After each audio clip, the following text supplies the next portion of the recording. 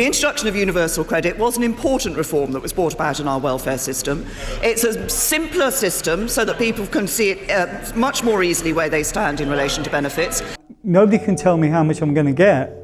But we want a system that is fair. So as soon as the universal credit comes through, I can actually give him his birthday money. So that's quite hard, sorry. It's right that we don't want to see people just being written off to a life on benefits, that actually we're encouraging people to get into the workplace. Having my last 4 days pay on the 11th of August, I'm served with a repossession order on my home.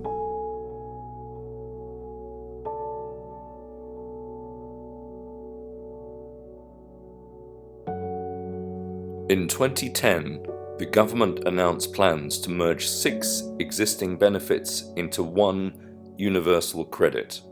But the way this is being rolled out and implemented is causing real destitution, evictions and poverty.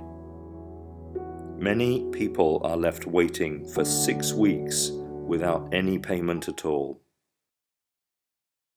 Okay, my name is Charmaine. I'm from Hove.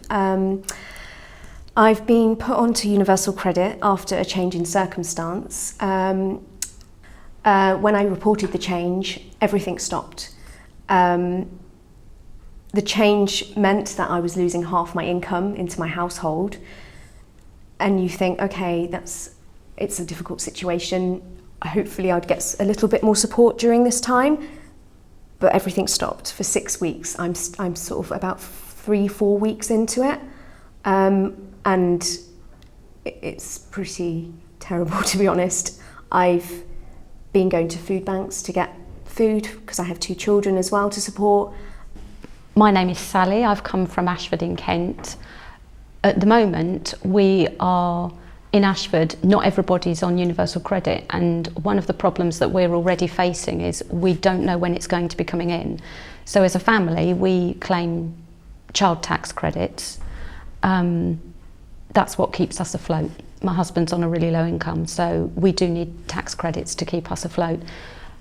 When I've gone online to try and find out when universal credit will be coming in and what it will mean for us, one of the biggest problems we have is it's so unclear. At one point in the website it says in the future, there's no date given. At another point it says sometime in 2019. At another point on the website, it's very specific that it's the 1st of November 2018 that families will be moved over to universal credit. So it's very difficult for us to prepare for what changes will be coming when we don't know when they're coming or what they'll mean. I'm someone who is a get up and go. I'll try and solve a situation as best I can. I'll swallow my pride. I'll go to food banks. But if there's someone who's vulnerable in that situation, how will they do that? Like, you have to go and ask for help. You have to do that. And if you're more vulnerable, I don't know how those people are going to cope, to be honest. And to realise that you're on that line, that you need to go and access that, is quite shocking. And a lot of the women I met there were single mums with children who were trying to just live, basically. I believe in people having choices. If both parents choose to work, that's fine. But I do think equally that a parent choosing to be a stay-at-home parent should also be an option. And I think as a society, we need to look at universal credit and think, what are we trying to achieve here? Because if I go back to work, my children will lose out. I know that I'm not always going to get that 25 hours of minimum wage payment a week. And then what's going to happen if I don't?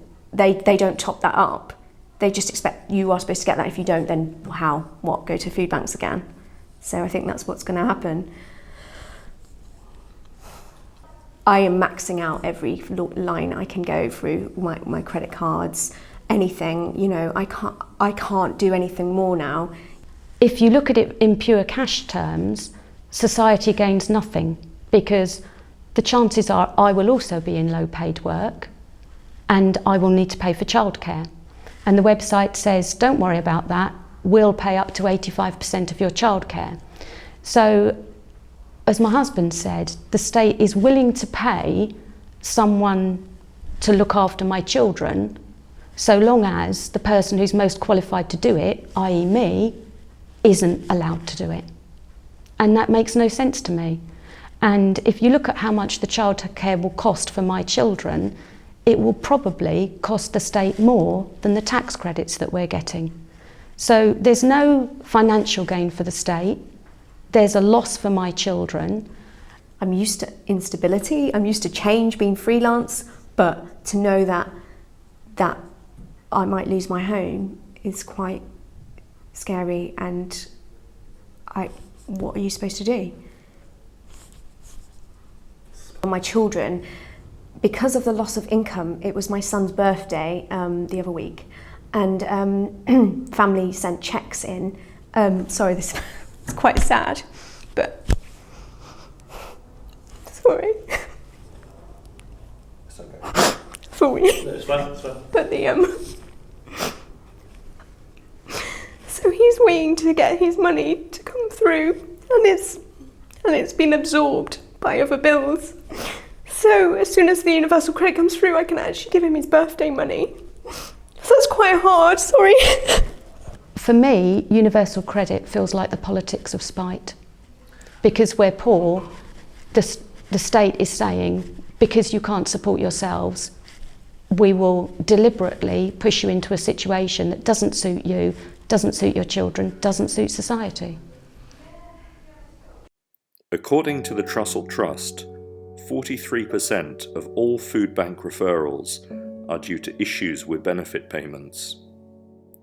Of those people referred for a delay in their benefits, 45% were due to a wait for a first payment under universal credit. My name's Kelvin. I'm from Rugby in Warwickshire. If you like, my road onto universal credit started with a disability work assessment at the Coventry Job Centre. One of the biggest problems I've actually found so far with universal credit is that nobody can tell me how much I'm going to get. Hi, my name's Monica. I'm from Crystal Palace in London. I'm 59 years old and I work as a senior interim healthcare manager. I've done that for 10 years. In January I became unemployed. So I registered for universal credit at that point in time. Now, I had to wait around 7 weeks for a first payment, which luckily, because I had some savings, I scraped by on those. I was going to be about £70 or £80 short on my rent because of the bedroom tax. I have 2 bedrooms and was deemed to only need 1. I was told to find somewhere else to trade down, and I said, well, with rent arrears you can't do that. And so what I've done is actually taken out 2 more credit cards with credit limits of 1,500 to take me over the Christmas and New Year period. So I sign on again with universal credit, and on the 8th of September, after having my last 4 days pay on the 11th of August, I'm served with a repossession order on my home. On the very same day I became quite unwell with stomach pains, and have subsequently been on sickness benefit as part of universal credit from the 8th of September to now. I've actually been in hospital with a stress-related stomach condition, and I've just come out on Friday after having some investigations for it. So, you know, it is a complete worry all the time. I've had to actually stop every direct debit, every standing order, because obviously with the £17 fees that a lot of the banks are now charging, you know, I just didn't risk, even though I've got a small overdraft, of it actually going into an overdraft because of bank charges. Yeah, my friend in Leicester at the moment is actually using the food bank through the church because of universal credit. He lost his job, and because he couldn't go on JSA again, has to go on to universal credit. Also, he suffers with dyspraxia as well, so he's had to go for help. My housing association have visited their financial inclusion team to say, to check whether I'm getting the right benefit, And secondly, also to try and do some budgeting, but they realised there was no budgeting to do because I'm left with £230 a month and it can't pay for anything. It has to pay for food, gas, electric, water, TV licence, all those things, and you're left actually with nothing. You know, and to go to interviews is very difficult, and you spend a lot of time in your home doing very little, except looking on the internet. My internet's likely to get cut off within 2 weeks because I can't pay the next bill. So it goes on. This time round it was a 7-week, 3-day wait for any money, and I went without food for a lot of that time. According to the Citizens Advice Bureau, 1 in 4 people are left without enough money to live on for over 6 weeks. Based on a survey of people coming to Citizens Advice, 1 in 3 people are waiting more than 6 weeks to receive any income. 11% are waiting over 10 weeks. Over half of the people they helped were forced to borrow money while waiting for their first payment. We also know that the 6-week period that people are having to wait is just pushing people into poverty, pushing them into arrears and into debt as well. So there are a whole host of issues around UC, universal credit, and on top of that we have some of the administrative issues that people are finding as well.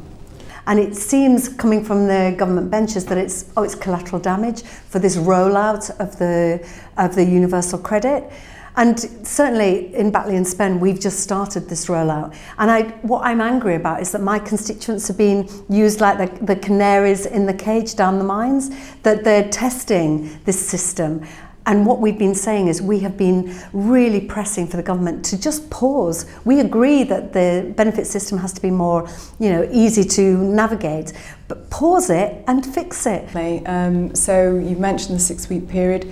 We've said that we believe that nobody should have to wait longer than 10 working days. This is part of the design flaw issues that I mentioned earlier. So we've called on the government to reduce the maximum wait down to 10 working days, and then that people should have the option if they want to be paid monthly or if they want to be paid fortnightly. The government has been urged to make drastic changes, not just by Labour, but by all other major parties, as well as a number of charities and organisations. For instance, the 6-week waiting period should be substantially reduced. The 7-day waiting period at the start of a claim must be removed. Align assessment periods, including payment dates, to wages and rental or mortgage payments. And finally, alternative payment arrangements should be made available to all claimants. If Theresa May was here today, what I would say to her about universal credit is that it doesn't work for, I would say, 75% of the population. And has any of her actual MPs tried to live on £23 a week anyway? If Theresa May was here today and I was to actually tell her to her face my experience of universal credit, I would say, I want you to swap places with me for a week and find out, because I think you have absolutely no idea what you are doing to people. And I'm a strong person, I believe. I'm a strong person, proactive, as I've said. If you are not, I just don't know what is going to happen. I don't think I think she's not even on the same planet as me, to be honest. I don't think she has any idea.